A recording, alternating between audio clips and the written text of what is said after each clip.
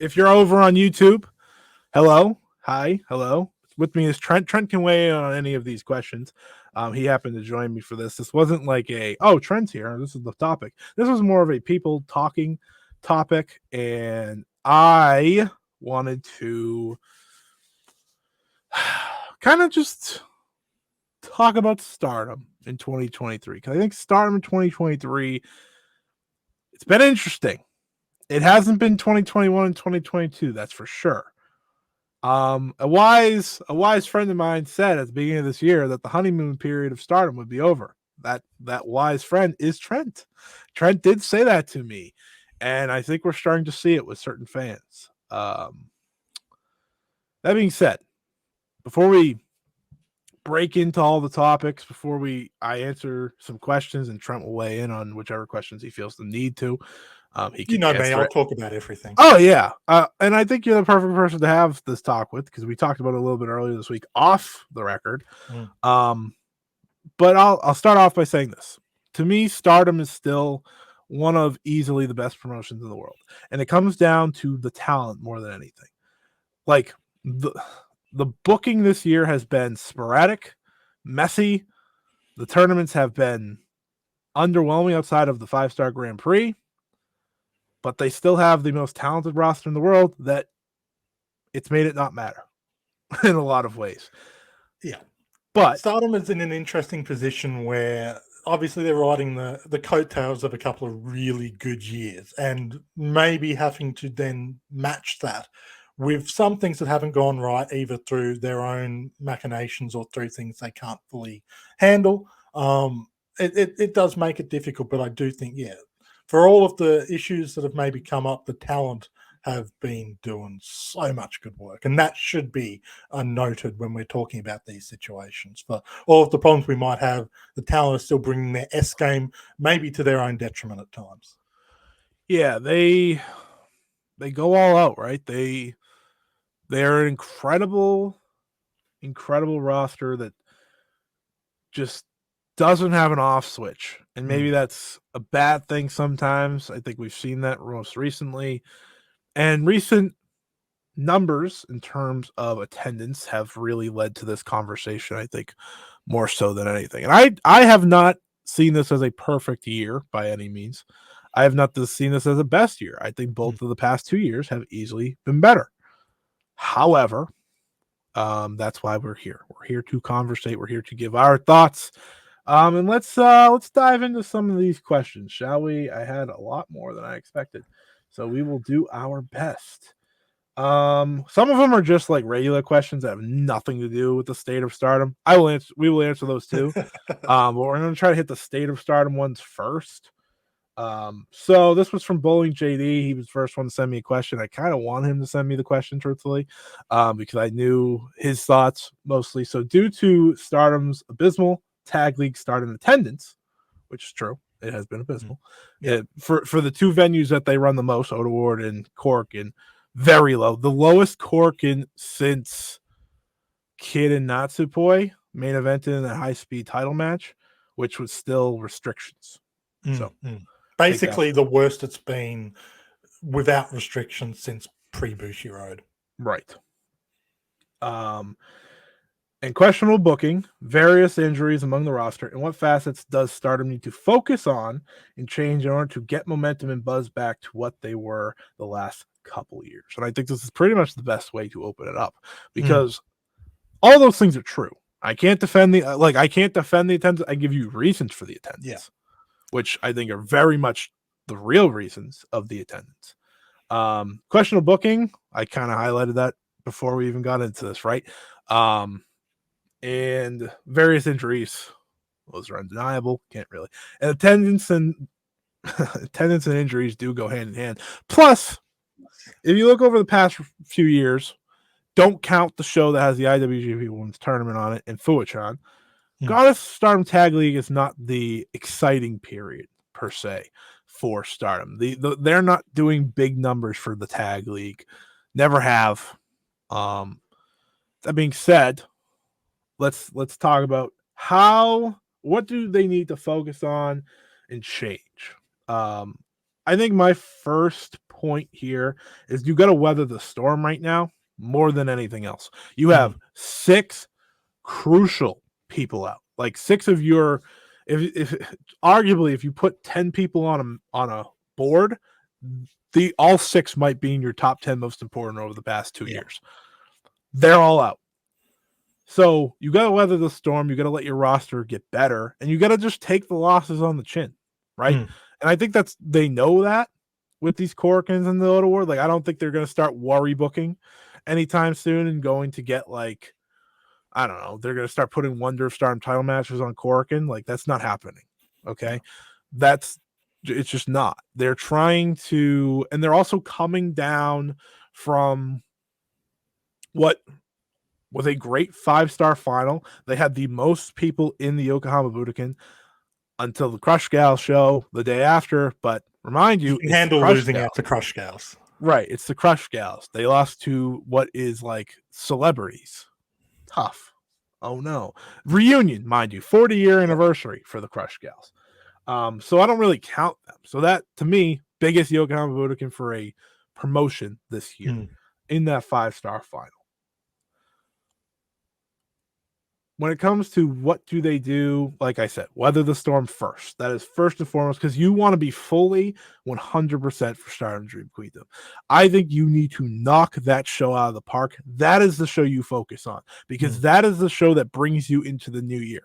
I think there's a conversation to be had that last year's big Stardom Dream Queendom show kind of gave us the setup for this year, which was an odd card. You know, like, remember Haruka Umesaki challenged for the Wonder of Stardom title. That didn't make much sense to me. No. We had the Nanai and Yu win the tag titles from the most popular tag team in Meltier. That was a bold choice. Just for them to drop the titles in a count out, right? They did a lot of things that were different, and we should have known that that's where we were going this year. But to me, the whole goal needs to be prepared for Dream Queendom and knock that show out of the park. Book your best matches, your best matchups with the wrestlers on your roster first and foremost. That's why I'm happy Saori Anou is getting her title match before it and not there. I think that needs to be a Stardom versus Stardom setup. Unlike last year, where it just made no sense to me. It still doesn't make sense to me why Haruka Umesaki got that match. I understand All-Star, Grand Cinderella. Yes? Grand Queendom? Grand, whatever. There's so many. Okay. We're only queens now. No Cinderellas. All-Star Grand Queendom is your big annual show now. Like, that is locked in for April. But this is your other biggest show. You need to knock this out of the park. So that's the biggest thing, is build towards that. Everything you do, every decision you make from now until December 29th is for that show. Yeah, look, I'm not too worried in the immediacy for Stardom, because yes, the numbers have been dismal for these 2 shows. But like, if you were living in Tokyo, if you live in Tokyo and you're a Stardom regular, you can afford to pick and choose the shows you go to. Would you be going to these shows when they're missing 6 of their top talents?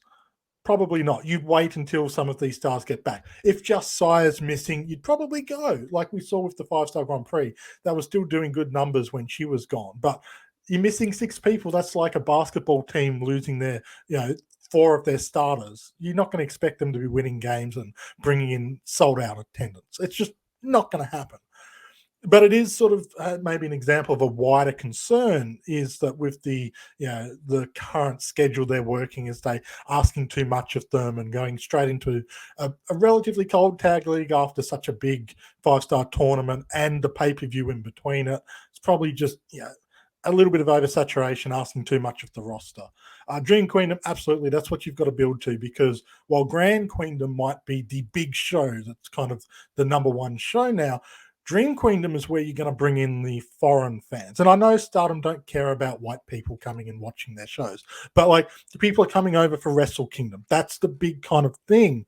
And even though they're running a show on January 4th as well, Dream Queendom is their kind of way of really stamping their authority. final show of the year. A lot of people are going to be in the city for it. This is where you really need to announce to everyone.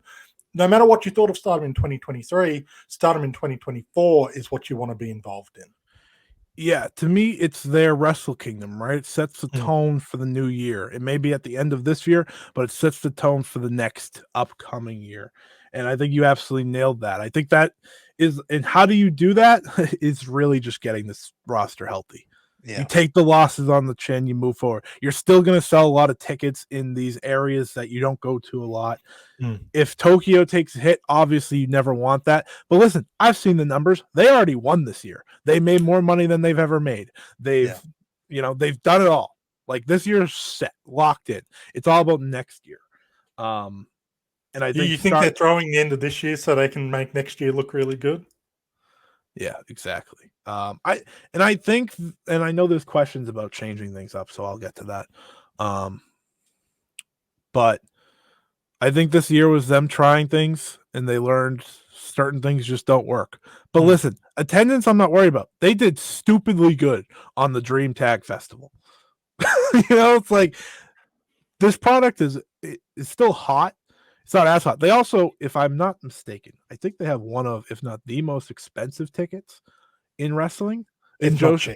As someone who went over there in April and bought a couple of tickets for Stardom, it's not cheap. I think they have one of, if not the most expensive tickets definitely in Joshi. But they market themselves as a premium product. Like, they do. Back last year, they announced, like, we're focusing on making Stardom a premium product. Yeah. Despite the fact there's more Stardom shows than ever, it is all about, like, high cost but high value. So, yeah. And I think also to remember, every other company in Japan still trying to come back from the COVID stuff. Stardom just was the only company that avoided that and I think they're still going to mostly avoid it when they have all their tools back, because they have just such an incredible roster to go. But I think this is a great question, because we could go on and on about this question. I think there's like a lot of different things they can do. Like, I would stop running or bringing back these old time wrestlers. That's just something I would do, because I don't think that creates any buzz. I think it's a waste. Especially when most of the older wrestlers are appearing in other shows. Like, it's one thing if they haven't wrestled for 5 to 10 years. Right. And it's not like you're bringing like Nagayo back. Yeah. Right. For one show, and she hasn't wrestled in years. It's not that. You're bringing people back that you can go see at Oz Academy, and no one wants to do that because it's Oz Academy. Like, they have their fans. Yeah. Play to your Stardom fans. The Dream Tag, as you said, is the really exciting thing, because that was a non-canon show, which is all about just using the talent that you do have in fun ways. And like, that's kind of what they've been experimenting a bit with the Stardom Showcase, maybe with this Halloween show coming up. But like, the Dream Tag nailed the formula. Yeah, to me, they're going to bring that back year after year. It creates voting, it creates conversation, but amongst fans, it's too good to pass up. The positive number, I'm pretty confident they bring that back. Don't bring the old people shows back. You don't need to, because you don't need to pump a number out of their fans. You don't need that for Stardom. I just think it's not something I want to see. And just don't bring them both back during the 5-star Grand Prix. Oh yeah, well, that's a long-term conversation more than maybe anything. Let's next question. Xavi, of course injuries happen, but if you look the company post Grand Queen of Care to pre, while there's been some good, seems like Rossi's been one of those periods of just kind of doing things, which is true. What do you think needs to happen to get them back on track? Reset, changes, etc. I think we're seeing it with how he's booked the 5-star. He's done going off track. Because I think there's a conversation to be had. Well, people loved Mina Shirakawa winning. That messed up a lot of this year. Yes. And while I think Mina Shirakawa getting her moment was great, awesome, you either had to go all in on that reign and move Mirai's back, so it's a respectable reign, or not do it at all. We instead got, let's see how we can do both. And I think that, while good, because you get maybe fans happy or whatever, did it really make some fans happy? Like, I have to hear about Mina all the time now. You know, like, I don't think it made people happy in the moment, but Rossi's best when he sticks to the plan. We've seen it the past couple of years, right? He stuck to the plan, whether it's with Julia, Shuri. I still think that was the plan. Like, you could say, like, the rumors could say Julia was winning that 5-star. Shuri held the belt for a year. That felt like the plan. Or even if it wasn't, you went all in on her, right? That's what you should have done with Mina. So that's my reset. Get back to the way you've been booking, right? Get back to buy your book, Rossi, because I think that is when Stardom's at his best. When you can't appease everyone, you can't stick to the plans and go off plan. Like, you can't do that. And I think that's really hurt the year. Like, Tam could be champion, but Tam even losing to Mariah is weird because it's like that's hung over that reign as well. And I think that's just part of my problem overall. And I think that is the main reset I would do. Get back to the strategy that you've been doing for a while. The Mina thing, and I'll talk about the main question as well, but the Mina thing I felt like was kind of a missed opportunity in storytelling, because if you're going to give Mina the very short reign, you've either got to make a story out of it or not really do it. And then it was capitulated by them doing the Goddess of Stardom tag reign as well. She lost the white belt, turned her attention to the Goddess belt. She won that and dropped that immediately too. So instead of having one feel-good moment, they ended up developing two moments where it's like, okay, well, Mina can't actually hang here on the top. She can get lucky, but she can't hang when it's really being asked of her. There's a good story that you could tell there where it's like, well, Mina's still kind of hung over on the Cosmic Angels situation. You know, she loses to Tam after finally getting a moment in the sun. She loses the title with Mariah May. It was to Natsupoi and Saia Inu, was it? So yeah, so again, like the Cosmic Angels coming in and wrecking her moment. Even the one title defense she did get was against Natsupoi, also for Cosmic Angels, just trying to kind of ruin her fun. There's a good story you could tell there, but it kind of feels like that was never the plan in that. And now she's just kind of hanging around. If you're going to do that kind of short reign and big loss, you've got to do something with it so it actually feels important. But as it was, you know, it feels like that wasn't the plan at all. Mariah was always meant to be the champion. They had to push that back. They tried to sate that with the tag reign, which didn't do her any favors. No. Didn't really do Mina any favors by giving her that short reign. Didn't do Tam any favors by winning and then immediately losing it to Mariah. And yeah, it definitely feels like they tried to do too much in a situation just to get to the original booking. So yeah, you either got to go all in on the original booking or all in on the changes. Coupled with, like, Megan Bain, I thought she did a great job in her main event match with Tam Nakano. But you look at the main event matches for a lot of these shows Stardom have had, it's a lot of non-Stardom talent. Or talent that the roster, like the audience isn't super familiar with yet. Like even Suzu, as much as I'm a big fan of it. Yeah. Like it's all, you look at the previous years, you might have one or two of these situations, but you're putting the Stardom original talent in there and giving them that chance to grow. I don't mind a bit of it, but it's felt like maybe too much this year, and coupled with some other questionable booking decisions, it hasn't really lined up. The one thing I will give him, though, is one of my big complaints for Stardom in storytelling is non-championship stories. In between All-Star Grand Queendom and the 5-Star Grand Prix, we got their best story yet in Queen's Quest and Oedo Tai. That's the kind of stuff I would kind of like to see them do more of, especially if they're going to run all these pay-per-views.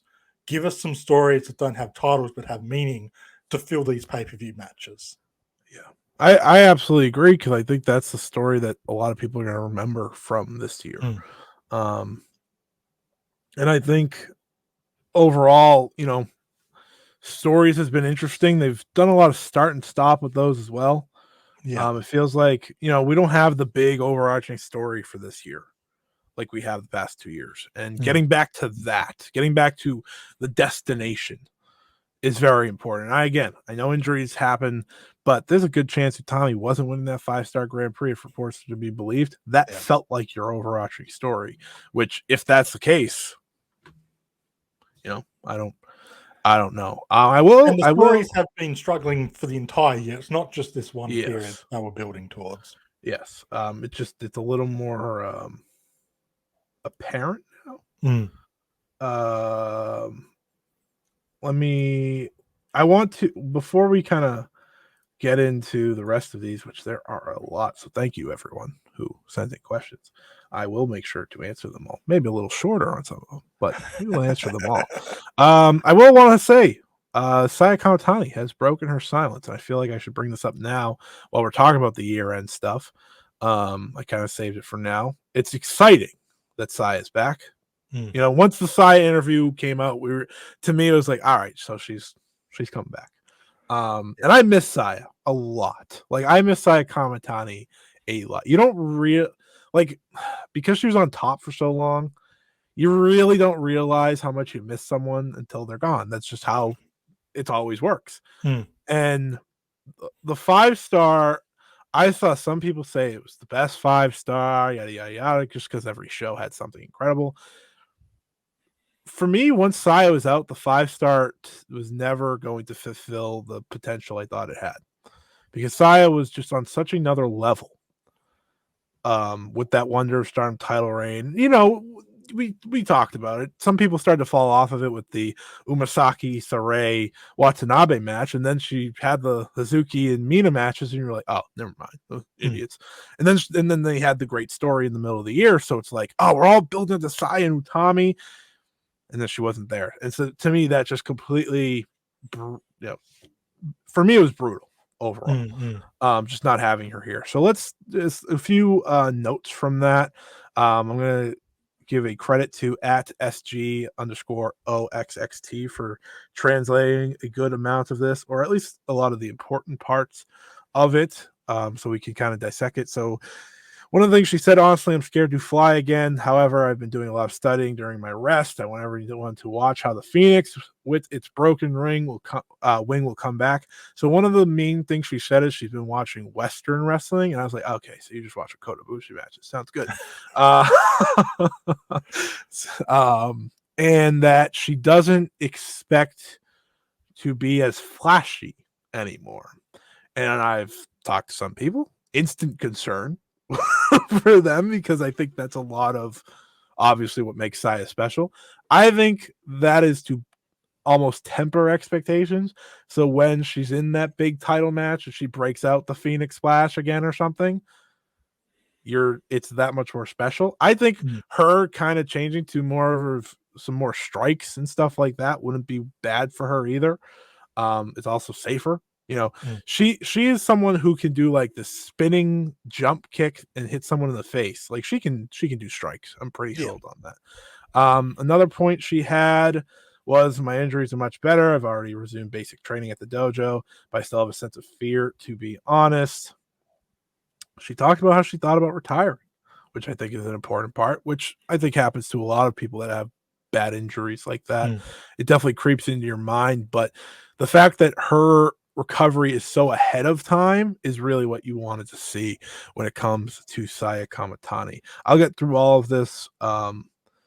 She said, with Utami-san, but Utami-san was always by her side and gave her words of encouragement, which is always nice. Obviously, we especially after the story they had this year. Yes, we love those two together. And the most interesting part from a story standpoint is that she did not talk about Tam one bit. Tam is the person she got hurt against. Tam is the person we all expect her to wrestle at the year-end event for the title. No. She said Suzu Suzuki. I have a very strong sense of jealousy towards Suzu Suzuki. When I come back, I will take everything from her. Suzu winning the belt. No, she's not. Don't get your hopes up, Scott. But to me, if anything, this is a misdirect. I think it is too. But when are you going to do that match? You can't just talk about like if you haven't figured out that yet, these Tokyo Sports promos are meaningful because they do story-based stuff. Yeah, it's kayfabe. Just saying. This is Stardom. They do stories, like they'll leave little niggles of story. I like that though, and come back to it in a year's time. I'm happy with that though. this is a story for me to look forward to. I've been looking for the damn Saia Suzu match since they had the 5-star Grand Prix tease, right? Yes. They're like, oh, here comes the title match. Here comes the title. Nope. Oh, okay. We're just never going to do that. So that's exciting to me. I don't think she's actually going to win the tournament, but you better hope she doesn't, people, or you are going to hear it. Anyway. I know I'll hear it too, because it's like, oh yeah, she's definitely joining Stardom. I'm happy. I nailed that one. I was also told this week that I kind of said that she might win the 5-star, and Micah would be a finalist, which is pretty. Yeah, nice. it was not the first thing you said. It was enough. Yeah, like when we were throwing names at a wall, basically, and you did say Suzu, so and I said Micah would be in the final. Yes, you did. I have my buttons. I'd hit the Roman Reigns acknowledge me, but I don't have it. The Skamatani situation is interesting. I do think, like the comments of flying less is a combination of what you're saying and, like, you know, building a little bit of maybe tempered expectations. So when she does hit the big moves, you're eye catching. But it would also make sense because a lot of wrestlers, they start out super flashy and doing this, you know, a lot of spinny athleticism stuff. And after their first major injury, they come back and they tone it down a little bit more. Like the perfect example is Will Ospreay. He came in super flashy. Him more than. Yeah, and then started to change his style to still do the flashy stuff because he's still capable of it, but make those moments feel more important and more impressive, and supplement that with more of a traditional wrestling style, more strike-heavy stuff. Saia Kamatani can find that middle ground. Not only is she going to extend her career because she's going to risk herself less with these injury situations, but she's going to be a more interesting wrestler for it. It would just be interesting to see what she's incorporated, and, you know, maybe she's been talking to Atami, who's got a very different style, and finding the middle ground, or talking to some of the people in the Stardom roster that you can't say that you've talked to because they're in different factions. But if Shuri came in and said, "Hey, Saia, you do some spinny stuff, let's put a nice kick on the end of that," I wouldn't be opposed to it. Yeah, I'm pretty sold on Saia coming back with more kicks. That's what I'm like, that's the evolution that I need for Saia Kamatani. Yeah. This was to bring us into Pep's question. We are all expecting Kamatani Tam at Queendom, which is a match we have seen countless times, including Saia dethroning Tam for a championship. So the story is flat to me. Is Saia's injury maybe a blessing in disguise for the match and the story they will tell? Yeah. I'm gonna say absolutely, because I remember when I saw I saw the Meltzer report, I was like, "You're gonna run that again?" But now with the Saia injury, I think anything's going to be a good story to tell with her coming back. That just happens to be the same person she wrestled the match she got hurt. So you could play off that. You could introduce the new Saia Kamatani maybe in that match, though I would give her a few matches before that personally. But still, you'll introduce the big main event Saia Kamatani in a whole new way. I ultimately think it is like, you never want injuries to happen, but it is the best way, if this has been the plan all along, to refreshen this story and to tell a different story. Because I never saw, you know, part of me thinks she was going to beat Utami in that final maybe, and that was going to be part of the story. Now you could retell it in a different way. And listen, I think we kind of forget this part because we're like, again. However, Tam versus Saia is a phenomenal combo. So, you know, just saying. They've had some of the best matches in Stardom, and getting the chance to see another one of those is always exciting. I do agree, after the white belt run that she had, I wasn't mentally prepared to have another Saia Kamatani in the main event challenging for belts. That's part of the reason when the news came out, the rumors about Saia winning the 5-star Grand Prix, I did let out a little bit of because I feel like she needed that time away to kind of, it's kind of similar to Shuri, how like she had the SWA belt and was in a lot of semi-mains and then went straight into the red belt run for a year. I was worried they were going to do that with Saia Kamatani. Now, though, like, I feel like she's going to lose to Tam, and this will give her a chance to kind of reset. And you have the the sympathy surrounding her suffering such an injury, just like in the same way people really rallied behind Mina Shirakawa after her injury. I think you're seeing the same thing with Saia Skamatani, and that does work well. And if she loses to Tam after beating her twice in these big matches, you can use the I'm still not quite mentally there, because a lot of her white belt run was her doubting herself, not being 100% confident in herself. You've got all these more reasons now why that's going to affect her heading into Dream Queendom.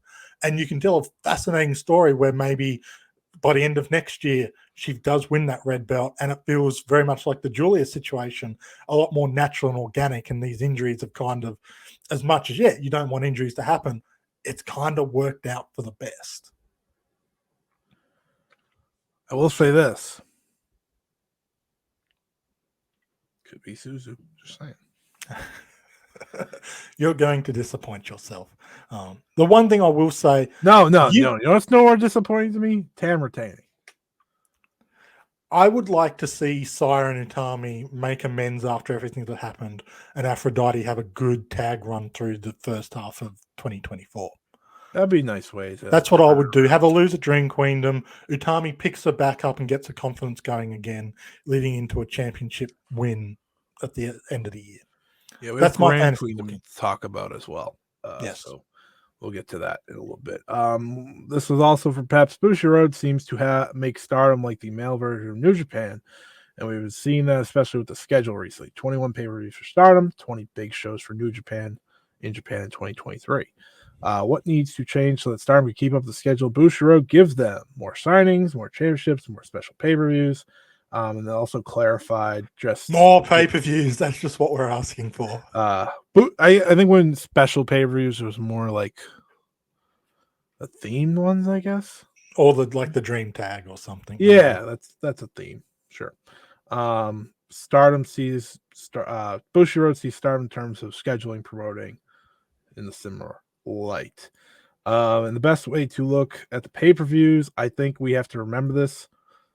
So someone pointed out in the comments that, pay-per-views are different for us compared to them in Japan. Like a lot of those are on TV, so they're not actually pay-per-views. They're specials, right? Comparably to what we witness. So what needs to change to keep the schedule Bushiroad gives them? More wrestlers. I think that's like part of what works for Stardom, and I don't need a million foreigners in, but like that helps, It takes the pressure off, and not putting them all in one faction probably would also help. You keep Mina and Waka fresh. All right, cool. I think that's something. I think more signings is always expected at the year end. I think they bring in 2-3 wrestlers again. I don't know who. Don't know who's a free agent yet, so we'll see. But I do think that's very possible and very likely, as they should, because you want to keep pumping that roster up, making them better and better. More championships. This is always an interesting discussion. And if I was smart, I think there's another question. If I was smart, I'm not, so I'm not prepared. Would you like me to answer some of that question while you look? Oh yeah, I found it. This was from Dylan. Follow up. Oh, that's a follow-up. I'll answer that after that. So I think more titles, it's like if you bring another undercard title. But at the same time, for me, on the scheduling, I think there's a way to break up the schedule. The way New Japan's schedule works is better because they do tours. Stardom does tour on the weekend, come back to Tokyo, travel again, right? Instead of having like weeks off at a time. And I think that would maybe benefit them more if they went more the New Japan based. But I understand maybe why they don't do that as well. Stardom's used to the schedule. Wrestling is a good thing for wrestlers, believe it or not. So like wrestling a lot isn't necessarily the problem. Again, it is how hard these wrestlers go in these matches that I think is more so than anything, because like if they ease it down, and I'm not blaming the wrestlers for getting hurt, there's a lot of matches, but I think they're still adjusting to it because they want to give the best show to the crowds that they're seeing. That's never a bad thing. So I think there is adjustment, and they definitely are seen as the New Japan like scheduling and mindset because that's what they want them to be. They are the second biggest promotion in Japan. So I don't think more shows needs to happen. More special pay-per-views where like it can be a little bit off, sure, as long as they don't involve the old people. I think the other thing you've got to remember with the New Japan tours is often they're running them with like half the roster not involved. Whether it's the juniors taking a month or two off, or the heavyweights taking a month or two off, or like half of Bullet Club not being involved in a current tour because the other half are doing things. They have so much larger roster that they can do that kind of thing. Stardom are kind of at the very maximum. I think we're seeing the after effects of maybe pushing that limit too much on how many shows you can do with a set number of people. Now, I think you can definitely make an argument of having, say, 2 or 3 wrestlers taking a tour off every month and just kind of rotating that through and giving people time off while still not, taking away all of their wrestling. I'm not a sports physiologist. I'm not a doctor. I don't know the best way to protect people doing a job like this, and how much rest versus how much rust and all of that. I'm not 100% sure. Or going 50% of the show, how much does that protect you versus not wrestling at all? But I do think there does need to be maybe discussion of how hard they're going on a lot of these shows, how many shows they're operating on, and hopefully taking away any stigma there might be surrounding working hurt. Last year, we saw a lot of people taking these little 1 to 3 week breaks off just for niggling injuries and concerns. We didn't see that as much this year, and now we've got 6 people out. Azumi is the shining light because it was taking time off for injury precaution. And I would be worried, like, if any time they were going to say, look, Azumi, we need you to strap up your boots and get out there because we're missing a bunch of people. That would have been the time to do it. They gave it a time off, which is great. But even Natsupoi then came out and said she didn't want to take the time off. She had to kind of get told, you need to take a break and rest and recover. I worry that there is that kind of mantra in wrestling. You see it a lot, that the people who are willing to work injured and work through struggle are the ones that get deified and applauded. Just got to look at Cody Rhodes in Hell in a Cell, pulling the pec injury that made him a whole new person in a lot of people's eyes. That's a dangerous precedent to set. Yeah. And we're seeing, wrestlers start to fall like flies. The last thing we want to see is another Jungle Kyona situation. I'm not just saying that because she was one of my favorites. She worked through injuries. She came back early from injuries. And the end result was she ended up needing 3 surgeries at once that took her out for over 1.5 years. And then because of other situations, she was out even longer. That's a very dangerous scenario, which when you've got such a competitive market in Stardom, you just hope you don't see a repeat of that. But I do worry. Totally agree. I think based off of this year alone, I think they'll get back to, you have a few bumps and bruises, take the show off. So on and so forth. All right, next question. I feel as though Stardom has... this is from Dylan. I feel as though Stardom has struggled to keep a large portion of its roster effectively involved this year, beyond their usual resting, deprioritizing of key wrestlers over time, more so in the past. Do you see this as an issue? If so, do you think there's a way to fix it? Simple stories. I think New Blood has created that for some of the younger wrestlers, but the problem is New Blood runs so sporadically that it only matters on those shows, right? And that's by design as well. Yeah, for sure. But I think there is definitely a point. An issue, is it an issue? It can become one, because I think you have so many wrestlers that want to have meaningful matches and moments and stories that, it can be. Like, for example, and I'm going to use Hanan because it's the easiest one to use. She is someone who obviously dropped the Future Stardom title. And, she's now 18. She's now ready for the next step in her career. She hasn't done a lot, right? And I think she is someone who you should be slowly building up. And I think there's a conversation to be had with these younger wrestlers. we've always talked about this. You and me have talked about this. They bring some outsider in, they push them. That's fine. I have no problem with Mirai and Suzuki getting pushed. Obviously, I'm a big fan of them, so that's part of the reason I don't care. But that's how you make stars. But I do think there's also the other side of things where you want to make stars from your roster as well. So I think using the likes of Hanan in a serious role. Starlight Kid's a good person to focus on, right? She was slotted down after 2 big years. That's perfectly normal. But she is someone who is very popular and very much a big star. So I don't think you should be limiting her all too much. Same goes for Azumi, and Azumi kind of by default or by her own doing has kept herself in the conversation. Helps that it was her anniversary as well, so like that benefited her. But I focused on them a lot because I think those are the people that take the hits. Like Miami Time's been taking hits for years now. I've just accepted that. If they need her, she's ready to go. She's still one of the biggest stars in Japan, let alone Stardom. But she's okay because she's locked in, right?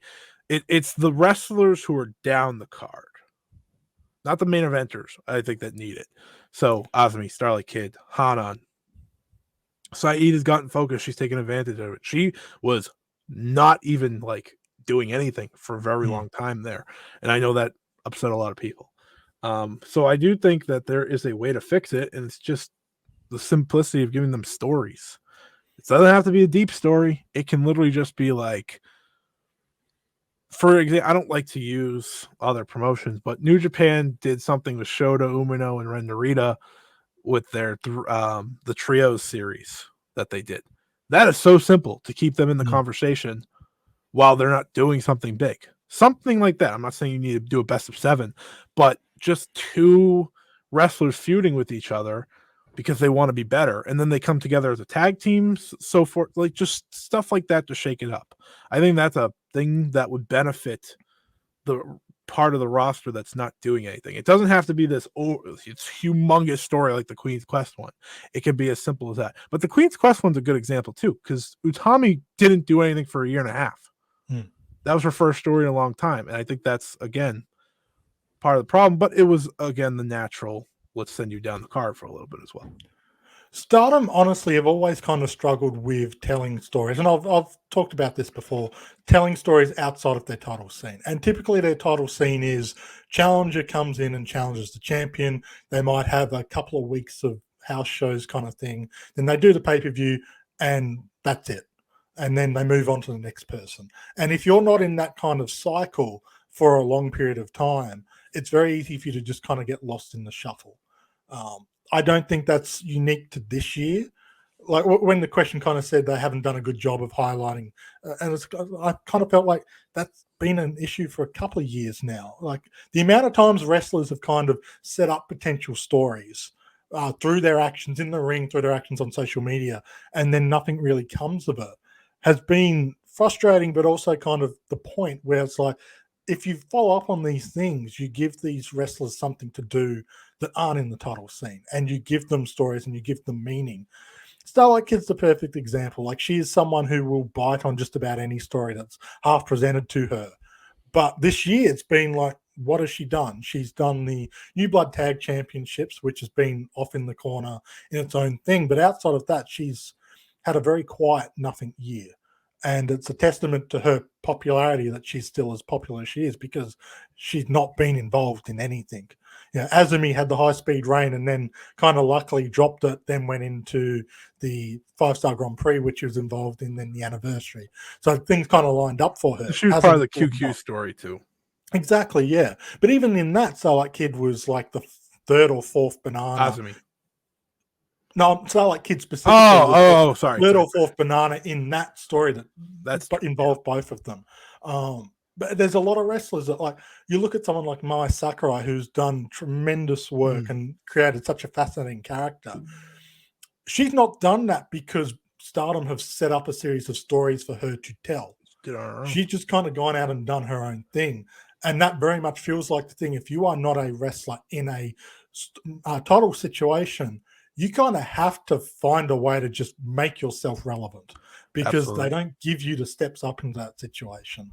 I would like to see that gap bridged a bit more and Stardom open up those opportunities, but it does very much feel like you have to make something out of nothing in those situations.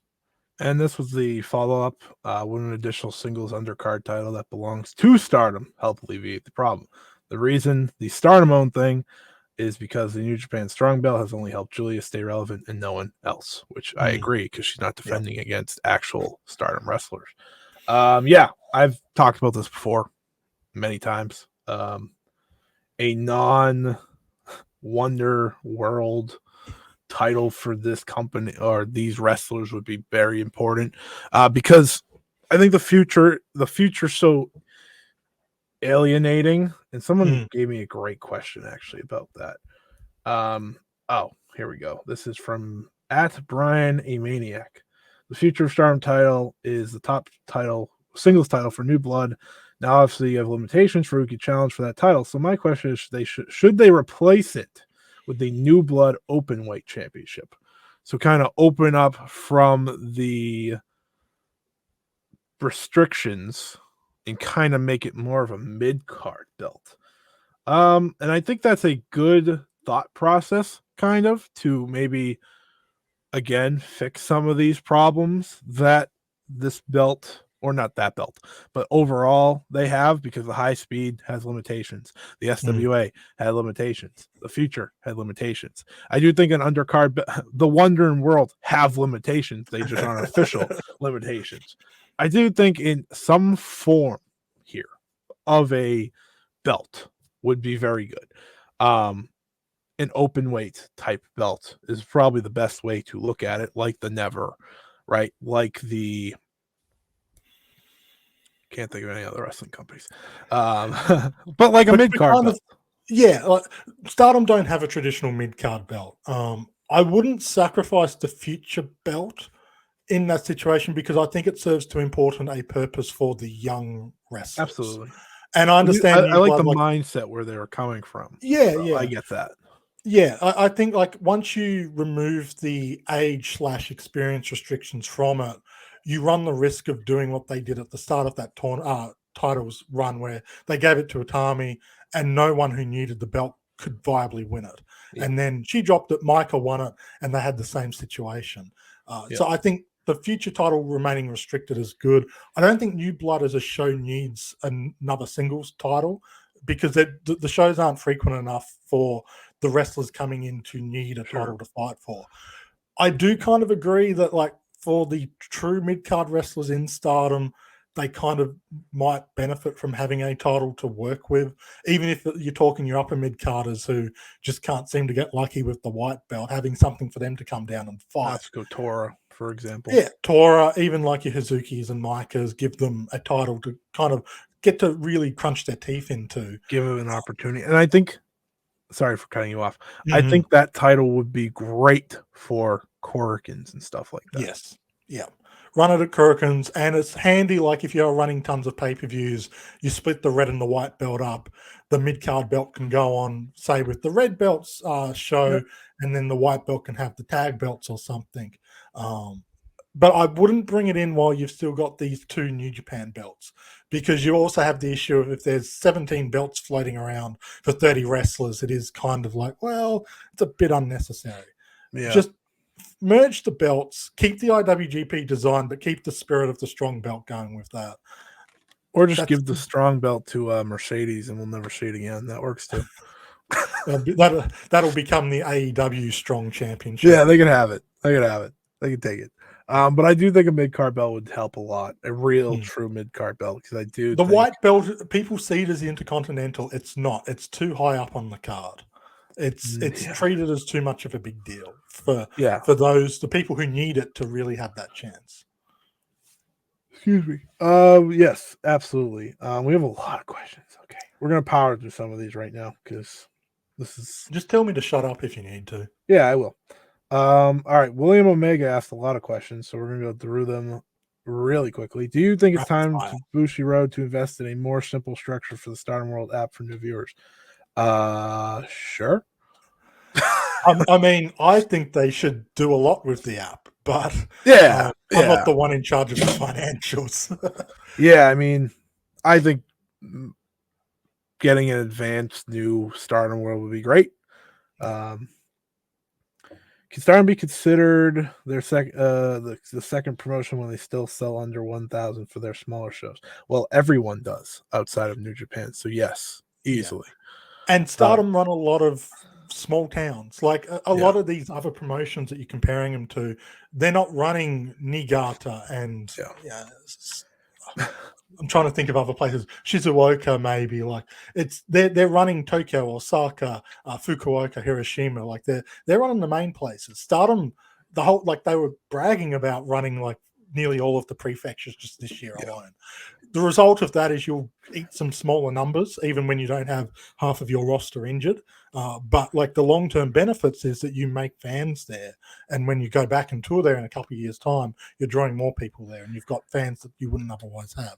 Okay, I think the simple answer was everyone does under 1,000 for their You smaller know me, shows I talk. in Japan. So that's just a Japan thing. That's not Yeah. a Stardom thing. Even New Japan does for their smaller shows. So yeah, they're easily number 2. With the YouTube channel hitting 1 million, do you think it's time they start upgrading the promotion side of the show and add English commentary? It's not happening. Well, I mean, if you look at the people who are subscribing to the Stardom YouTube channel, they should be They're adding focusing Hindi on the right commentary. people. They're focusing. India's the market, and They're now Indonesia. focusing on the right people with the Yeah. cell. This upcoming weekend is the Bushi Road Expo. They have sent Mhm. Shuri, Mina Shirakawa, Waka Tsukiyama, and Yuna Mizumori over there to give a Stardom tournament. They're also having Matcha and Jenny wrestle on their show. Mina has already teased she's going to have one of them pretty much join Club Venus. So they're doing the right things. English Mm. isn't the focus right now. It is there, and that's what they should be focusing on. The one thing potentially, though, is if you are targeting Southeast Asia as a whole, rather than one specific country there, you might see an uptick in English support just because Sure. instead of having Thai support and Malaysian support, it's just easy to use the language everyone kind of learns as a second language there, which is English. So you might find a little bit of added support there, but it's not because of Westerners following Stardom. It's because they're trying to break in. Like if they really were targeting the people signing up on YouTube, Donna Del Mondo are going to come out in Adidas tracksuits and do the Slavic crouch. Yes, I think you're right. Do you think next year Stardom should have a reset in terms of amount of titles there are and who's in what faction? No. I mean, you'll see natural faction changes, and I think with Suzu and all the free agents, there's going to be a bit of movement through the first half of next year, anyways. I always prefer when it's done through natural storytelling rather than let's do a draft, as much fun as that is. Yeah. In terms of amount of titles, like I said, you can get rid of the strong at any time. No feeling towards that belt. Last one. Do you think Stardom should have their own partnerships with Western promotions like Impact to give new avenues to wrestlers? I think they should have partnerships. Yes, that is what we are doing with the Thailand stuff, was set up. That's a start. I think having partnerships is a benefit to all. Unless it's AEW, of course, we don't want that because that upsets people. In all seriousness, I do think it is smart because it is you're not exchanging all the time, but would I want Deonna Purrazzo on a Stardom show? Sure, why not? I have no problem with that. I do think it's a way, but there's so many young wrestlers out there that they can go and find like a Mariah May and make their own kind of star. And I think that's just as exciting, if not more exciting, for them because look at what Mariah May became for them. Yeah. Right. And Megan Bain right now. It works. They benefit a lot from that. They are the top women's promotion in the world. If they find a women's wrestler that they want on their show that isn't signed to a company and they're willing to come to Japan, which a lot of them I'm sure are, it works out. Thank you for all those questions, William Omega. Continue, Trent. I was just going to say, it's obviously valuable. I think as much as anything too, if you have your Atami situations where they want to go and perform in America for a couple of weeks, having a promotion that kind of can help set that up and support you with that it's just smart. It makes it easier for everyone, and it also means you can kind of not keep an eye on the talent while they're doing these tours, but it gives you a safety net with what they're doing, which I think is also important to keep in mind. Is some of these talent do want to perform beyond Japan and even Southeast Asia. Yes. Next question: if Tam Nakano is still World Stardom Champion after Gold Rush, who do you see facing her at Dream Queen of 2023? How about Suzu if she manages to take the belt? The same answer, Saia Kamatani. Yeah, like Suzu would make things a little bit more interesting because you might wonder if they're going to throw someone maybe bigger than Saia Kamatani. Nope, Saia already ruined that. Yeah, it's Saia. Do you believe Stardom has trust in Hazuki and Koguma, or are they destined to never reach a high level due to their earlier retirement? I think they definitely trust Suzuki and Koguma because they put them in all these big spots that they kind of need trustworthy people in. I do think Koguma's ceiling. I feel like what is Koguma's ceiling? I feel like she's kind of at it already. I think the only thing I could have seen her do since coming back, other than tag titles, trios titles, is winning the high speed, and even then, there's been the right people in those spots to have that belt. Yeah. In terms of Suzuki, sadly, she has retired twice, so if that is the case, I get it. Yeah. However, I think she's proven it's different this time around, just based off of the way she interacts with the roster and does a lot for them publicly and stuff like that. I still hope someday Hazuki gets her moment, but I don't think it's like that because I do think they trust them a lot, those two. That's why they kind of make them the anchor of their tournament every year. I know Tag League's not as important, but you put them in that tournament, they can carry a lot of it. And they put them in those matches because they can carry a lot of it. So I think there's trust. And they're in the cage matches and they're in the ladder matches. Like there's definitely, I can understand maybe if there was concern of them retiring or leaving again. Koguma, I think like this is kind of her ceiling. To me, she's not a wonder or world champion. Hazuki, I would like to see her get that opportunity. I don't know whether she will. I think she's earned the right to have a risk taken on her if that's the way they're looking at it. But all right, now we're going to Discord questions. Ken Mick 789. So it's probably still too soon to tell, and other evidence suggests otherwise. But was Yokohama Arena the peak of this growth spurt for now? I think that's a fair thing to ask because, well, we can always wait on the Sumo Hall show because Sumo Hall is obviously a big venue. Most likely, yes, that is their biggest show ever. You don't just do those. Like the next era of Stardom is now. To me, I always counted All-Star Grand Queendom as the end of that era. We're in a new one moving forward. So I do think, yeah, it is the end of that growth spurt unless they do a humongous number at Sumo Hall, which would be great. And I wouldn't rule it out. But the way they built that show up, it was supposed to be their biggest show ever. Right? And it delivered in every realm. So for now, I do think you're right, Ken. I think there is reason to believe for now that is the spurt, but they have big, lofty goals. We are, to me, again, in a new era, so whatever the next big number is part of something different. They had an incredible 2 years there. They got to emphasize that with their biggest show ever. Now it's back to building to their next biggest show ever. Yeah, I think it depends how you're sort of breaking up eras and stuff like that. I do think you're looking at a bit of a downswing after Grand Queendom. It could feel like that's the sort of the bar that they're going to be at for a while. I would withhold saying anything like that until we see what they do for Grand Queendom next year, because it's a smaller venue though. It's a smaller venue, but like it was a very big venue that they were using there, and they got that it wasn't like, oh, we've hit the max that we can fill in here. Like they can still do more in this new venue that they're using. To me, it's just like, you had Mercedes coming in, you had Himeka retiring, you had the quote unquote conclusion to the biggest story they've told for the past couple of years. You had Philbert Chan there as well. Like, it was a show they threw literally everything at. What do they do for it next year? It might be that they don't reach the same heights because they don't try to reach the same heights in that sort of sense of what they bring in and everything. But it will give us an idea after we sort of see the booking for that show, whether it's something they can do next year or whether it takes more of a long-term reset and rebuild. I think there's also unique ways to look at it too, because like they just obviously I think what in the meaning of this is their biggest number. But if we're looking at it in just overall like booming attendance right now, no, like they just like I said earlier, biggest Yokohama Budokan number of the year for anyone that's not the Crush Gals.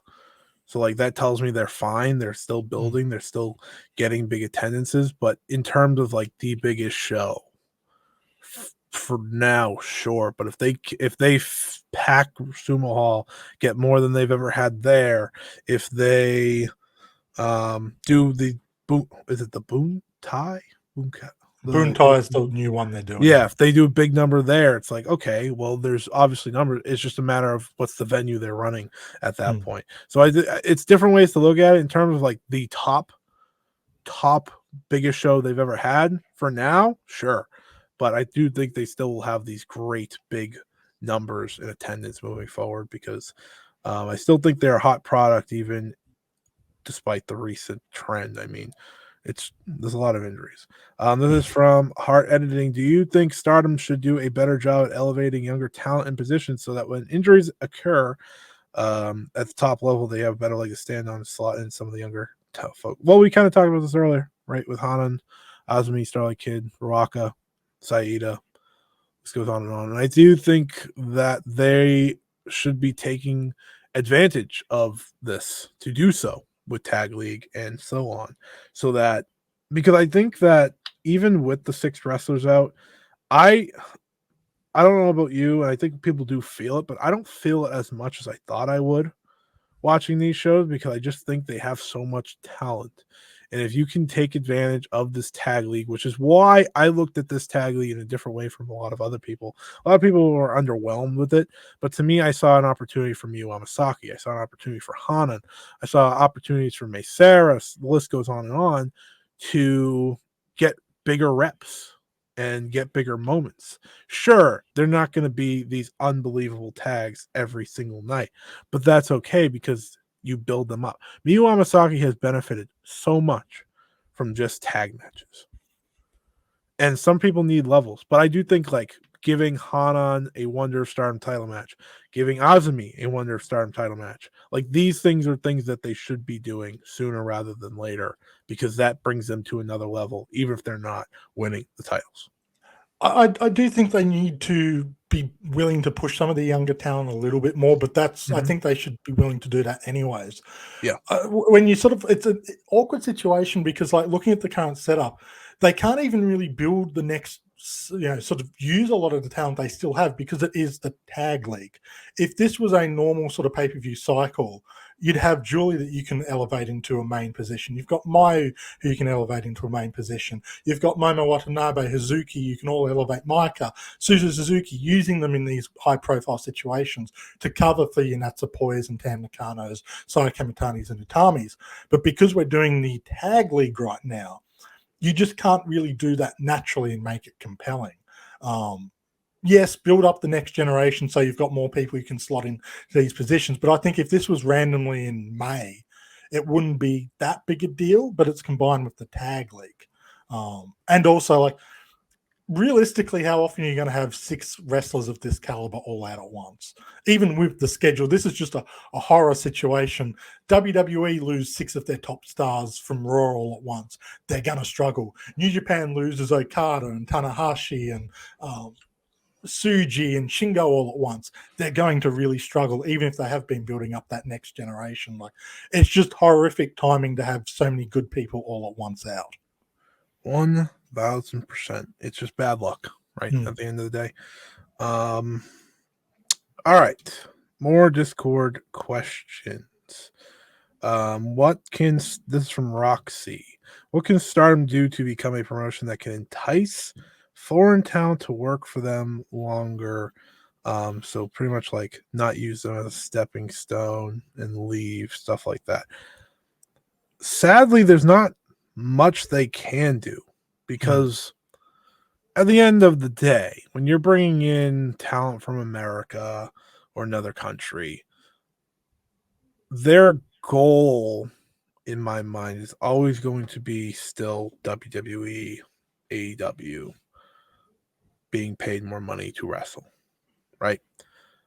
Stardom talent are, from everything I've ever read, heard, they get paid very well. But at the end of the day, they're not paying as much as WWE and AEW. It's just not going to happen. So for them, it's just continuing to build up wrestlers and give them opportunities and pretty much do what they've been doing for years. Like Jamie Hayter, Bea Priestley, they were staying for a long time. COVID's more the reason they left than anything else. Right? Bea Priestley pretty much signed because she was going to stick in the UK for a while with WWE UK or NXT UK, whatever the hell it's called. Jamie Hayter just never came back. She was going to be a big part of what they were doing. So it's like if you put an emphasis on them, like a Mariah May, for 9 months, it's going to do a lot. I think what they did with Mariah May will make people want to come over more. Not everyone's a techless situation. There's also a commitment of wanting to live in Japan and stay in Japan, which is another big leap, right? Like there's That's the biggest issue, I think. Yeah, and I mean you hear conversations from like Osprey and other wrestlers that come over for New Japan. It's like not everyone is that committed. It's not a Stardom problem, more of a does the wrestler want to commit themselves to it? I would love to say, yeah, that'd be great. And hopefully, because I do think based off Alex Singh coming in and what they did last year, we have a lot more foreigners coming in soon, which is exciting. But Rossi and company aren't going to change how they book these foreigners. They make these foreigners better. They make them come back better, and that's good. Like that's good for wrestling. Hopefully, some 1, 2, 3 can stick over the next year or two. But if that doesn't happen, it's just because living in Japan, getting a bigger contract, things like that. It's just so hard to make someone do that. Yeah, I think people underestimate how difficult it is to expect someone to pack up their world and move to a country where they don't speak the language, the culture's different, the expectations are different. Getting someone like a Tekla or even like your Bea Priestley's from when she was there regularly, they're very rare. They're diamonds in the rough in that respect. And the other difficult thing is with AEW as it is and WWE having really upped their game when it comes to women, it's no longer the safe place to go. Like someone like Viper and Doudrop or Piper Niven, like when she was coming up through Stardom, WWE wasn't an option for her because they wouldn't have been interested in someone like her. AEW was an option because it didn't exist. So for someone like her, working Stardom made the most sense. Now WWE are interested in talent like her.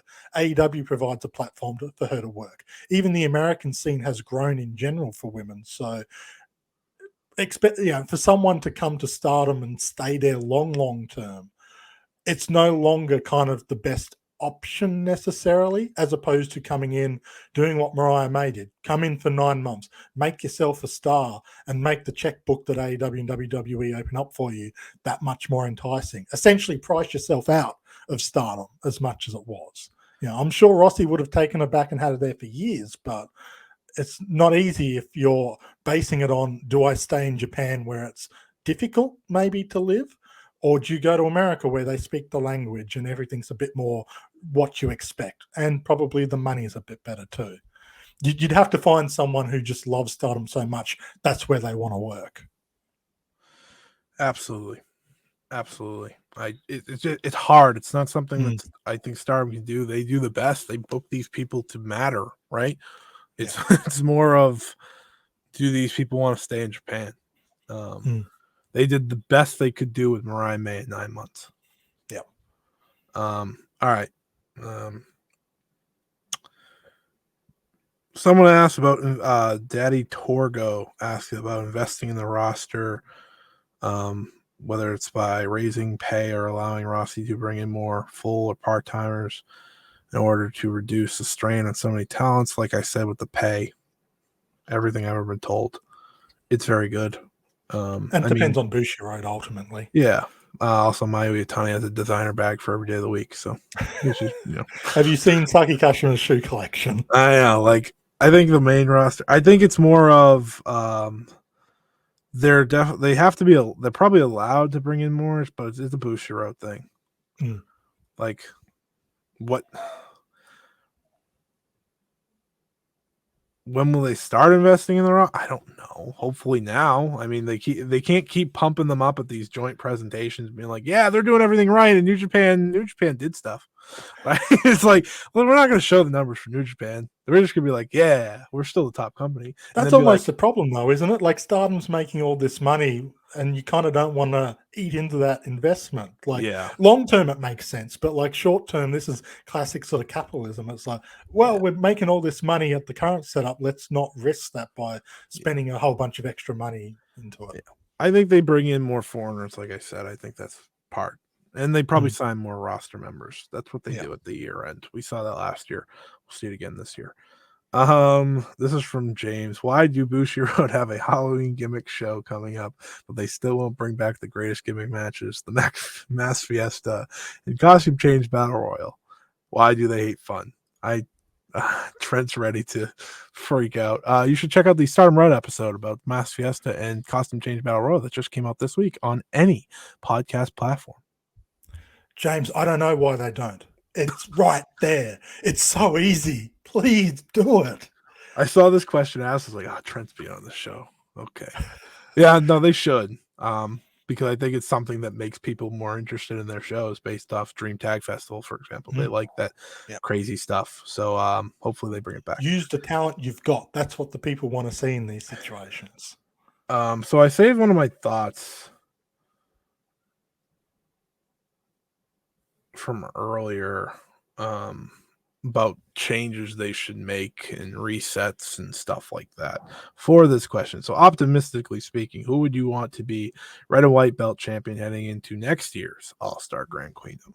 And I saved this because part of the reset that I think would help Stardom a lot is new champions at the top because of the mess that this year was. While I love Mirai, while I understand Tam Nakano is one of, if not the biggest, most popular stars in the company, I think resetting, getting new champions would do them a lot of good right now. I think, and it almost doesn't even matter to me who those people are. I just think it would do a lot for storytelling and moving forward because, like we said with Mirai and beating Tam, it's just like hanging over her head and stuff like that. That's my biggest problem. Well, not biggest problem, but I think that's my biggest solution is to reset. In terms of who I want to see enter All-Star, is that what it said? All-Star Grand Queendom next year? Who do I want to see?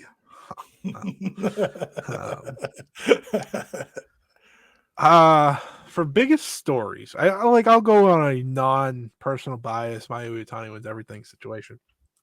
So the answer is Hanan wins everything. No, but I'd like Hanan to have a Wonderstorm title match by then. That's all I'm asking for. That's the thing. I'm not asking for wins here. Suzu, I might be asking for a win, but I'm not asking for wins here. So All-Star Grand Queendom, biggest show. I'm guessing Tam's going to be the champion heading into that, but do I want her to be? No. I think there's intrigue, but here's the thing. I have to use my brain here. Who's getting title matches between now and then, and where would they be willing to change the world title at? It's either Dream Queendom at the end of the year or not at all. Right? To me, like, I don't think they're going to change the world title at random show number 7. I think they need to be willing to do so at the pay-per-views. Like, even if it's you got the Wonder change, pal. That was it. You get the Wonder change on any pay-per-view, not the world title. They should.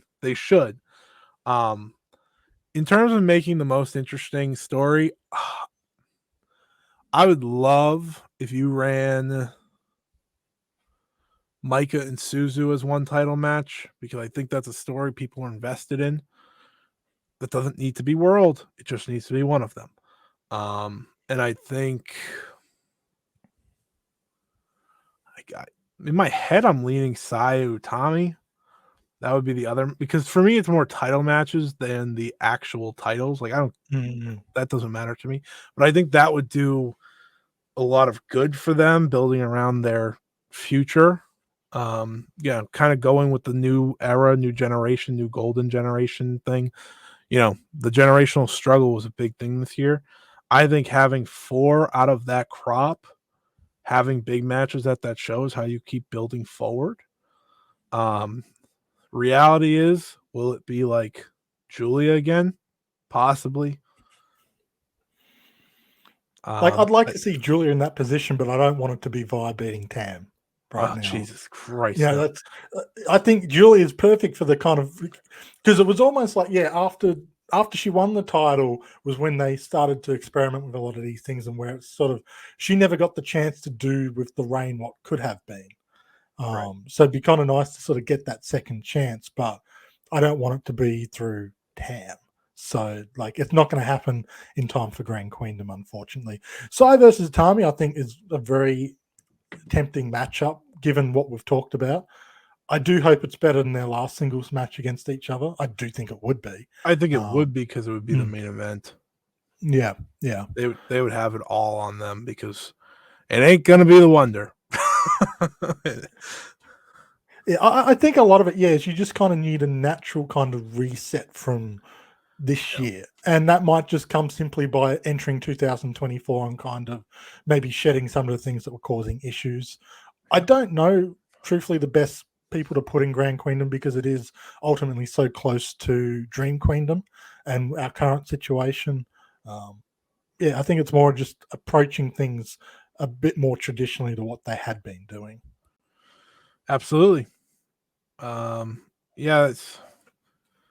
mean, if I have my champions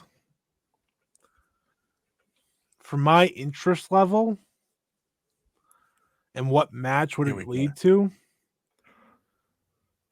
If Tam is keeping the belt, I would do Tam versus Mayu at All-Star Grand Queendom. I think that is your biggest match right now. Obviously, I think it's fine if Mayu loses, because you finally give Tam that big win. But she would have the belt long enough that she could also lose, just saying. But I do think that's like the big match you want to book for that scenario, if you're not going to go with the New Age. But if you're not going with the New Age with the world title, you should with the Wonder. And in that respect, I'm guessing Mirai probably keeps it. But if she didn't, and say at the year end they give it to a Micah or something, then it would be Micah and Suzu. I think Tam and I'm staying with Micah and Suzu. I just think that's like the more interesting story that they can tell as a long-term story that is such a staple to Stardom. I think that would be great. And then you can build up Utami and Saia for tag titles, like you said. I think that'd be a good run. So yeah, I think ultimately, if we're keeping at least one of the champions, Tam and Mayu is the one I'd go with for there, because it's not Tam and Julia, and 2, I think the story with Tam and Mayu is selfishly one of the best stories you could tell. Well, it's the most interesting story that's sort of just sitting as it is, because it's been building for years. And the whole point is Tam, for everything she's accomplished, hasn't beat Mayu. That's the one thing hanging over her head. And Grand Queendom, I think, would be the perfect big match situation to hold it in. And I'd love to see Utami and Tam in that situation, because I think their chemistry is amazing. And put them in that situation, I think they would put on an absolute banger of a match. But the story just isn't there. And ultimately, they'd have to tell it. They'd have to tell it, and I don't know how you tell that without the it wouldn't come across like, you look at the Julia and Tam match from this year. That had a lot of story behind it. And even Mina versus Sai had a lot of story behind it. Tam and Utami don't have enough organic story. It would have to be quite heavily forced. Yep. Unless you're just going with stop imitating me, which isn't really the grounds for the biggest match of the year. Yeah, absolutely. I think Tam and Mai would be like what I would go with. I thought that would be a good fill-in if Saia wasn't ready this year. We've talked about this, so it's the perfect Dream Queen to match. And we have one more question on Discord, one last one on Twitter, and then I can stop.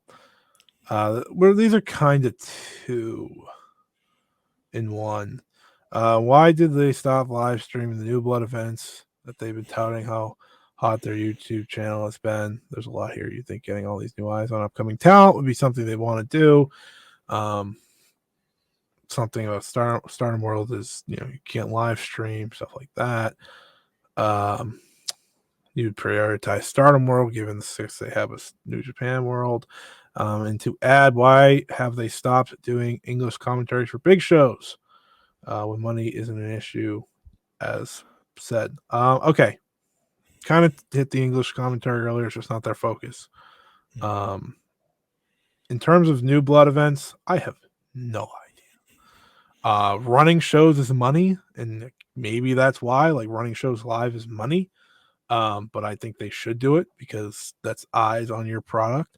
Now, I think they should, like, truthfully, they should live stream the Booster Road Expo matches more than anything else because of where those are happening and where the boom in their subscribers came. I would live stream that more than anything else. I think live streaming Booster Road, the New Bloods would be great, but I've just accepted that's not what they want to do anymore. And maybe because, again, they see that as more premium content. It's funny because the shows have gone a lot better and they're not live anymore.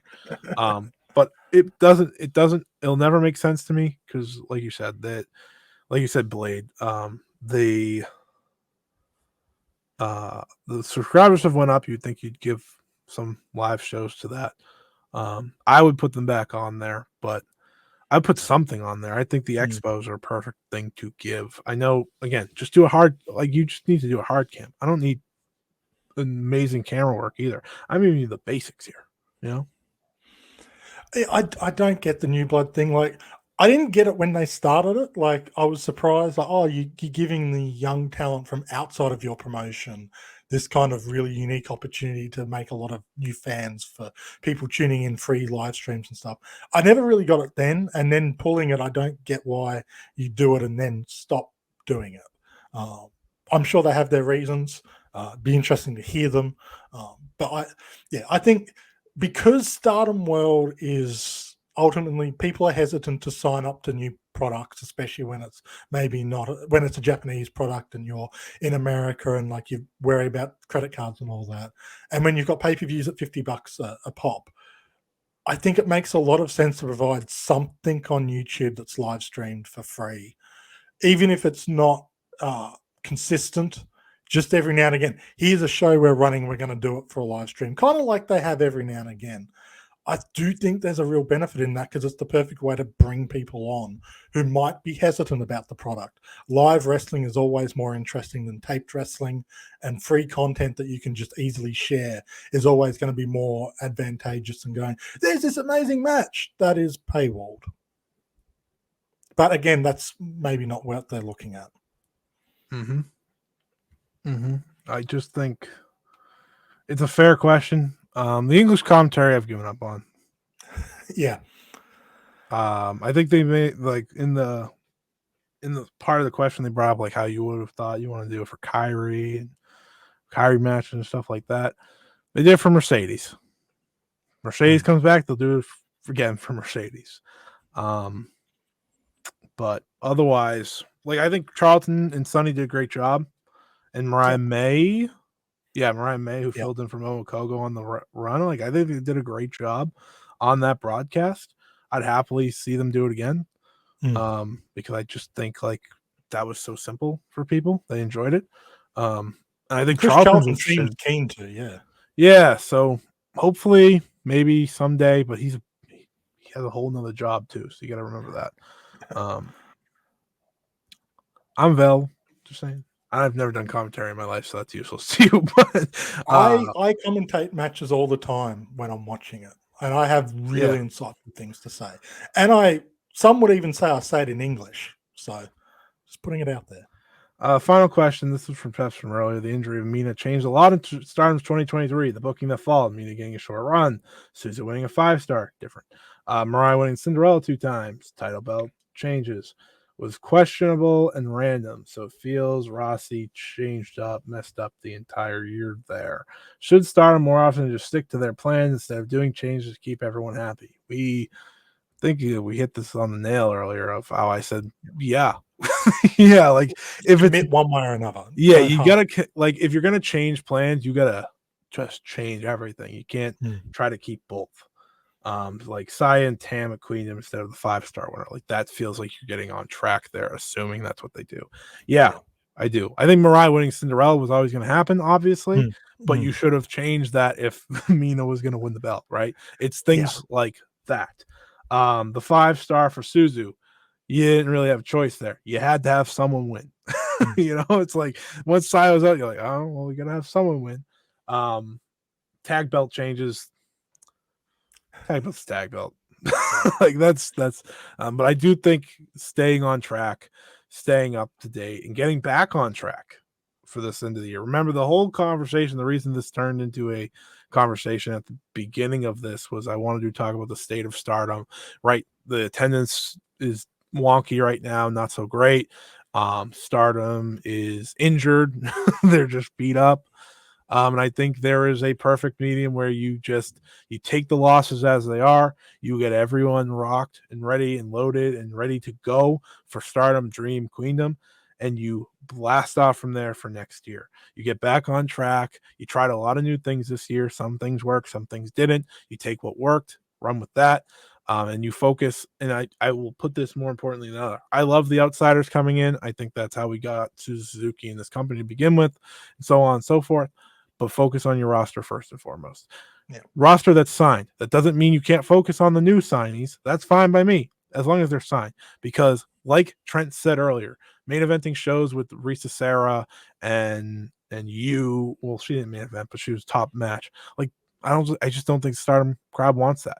They want the wrestlers that they're invested in doing so, and that's what brought Stardom to the dance. What's brought Stardom to greatness, right? Over the past couple of years, Shuri versus Utami, Julia versus Shuri, Tam versus Julia, Azumi versus Starlight Kid. These are all the big highlights. Saya Kamatani versus Suzuki, Saya Kamatani versus Tam. Saya had a lot of big matches. You get the point. Saya versus Mina. Like that is what makes people excited about Stardom. And I think that's where you go back to. You just lean on the best roster in the world, but let them get healthy. Do whatever you need to do. Take a few things on the chin. That's okay. Like now's the time when you bring in the outsiders, when you're missing a bunch of main eventers. That's when you say, Risa Sarah, do you want a payday? Maya Yukihi, you want a payday? And then when everyone's healthy, that's when you keep the Stardom roster front and center. Absolutely. Get back to the plans, or if you're going to adjust plans, completely adjust plans, because it's just the best way to do it. Now, I'm not going to tell Rossi how to book. Rossi knows how to book. Rossi books great shows year in and year out. I'm looking at a Gold Rush show that is very much up my alley with the top 2 matches alone. Like that is booking for me essentially. But for that last year-end show, all hands on deck. All hands on deck. That's how we get back on track. But Trent, we were finally done here. Thankfully, it only was forever.